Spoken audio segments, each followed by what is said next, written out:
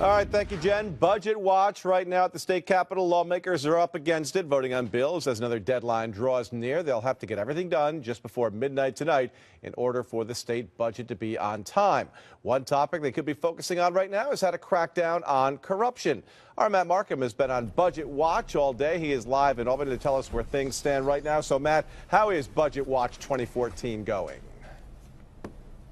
Greg, Budget Watch 2014 continues here at the 6 o'clock hour. Of course, we're talking about a plan that's nearly $140 billion and keeps spending growth at just below 2%. Of course, timing is a lot when it comes to whether or not the budget will be done by 11:59 at the end of the night tonight. And that appears to be happening, on track for that to happen, but not without a message of necessity from the governor's office. We have received word that there will likely be a message of necessity coming down for some bills that were introduced on Saturday. They typically need 3 days to age, but this would be the governor's fourth on-time budget if it is indeed on time.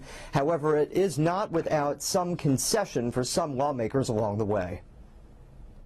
Some good in the budget and there's some bad, and we have to move on to make sure that we try to correct things we don't like in the coming months. On the top of the big stack of budget pages for some upstate lawmakers, how New York City gets the lion's share in funding for universal pre-K, but there is more money for high-need districts and changes to how high-stakes Common Core testing will count for students. There are also incentives for municipal governments to consolidate, and if they do, relief for the taxpayer. Tax credits would go to some manufacturers to help them create jobs, and raising the threshold on estate taxes. So many financial advisors recommend go to Florida or some other low-tax state later in your life and have your estate settled there. So people leave and they take their assets with them. But there was also an effort to clean up corruption in Albany with the proposed creation of an officer on the State Board of Elections who would police possible violations of campaign finance, possibly replacing a panel to look at corruption at the Capitol. Hopefully this person will be totally independent and to go out there and start rooting out these bad actors.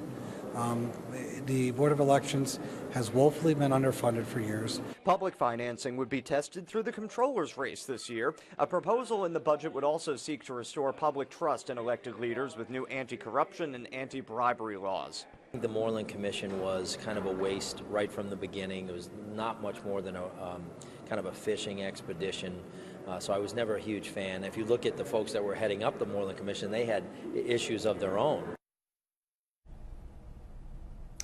To the displeasure of some elected leaders, the fact that the DREAM Act has been left out of this year's budget, and that would include the possibility for children of illegal immigrants to have some access to higher education funding or aid for higher education.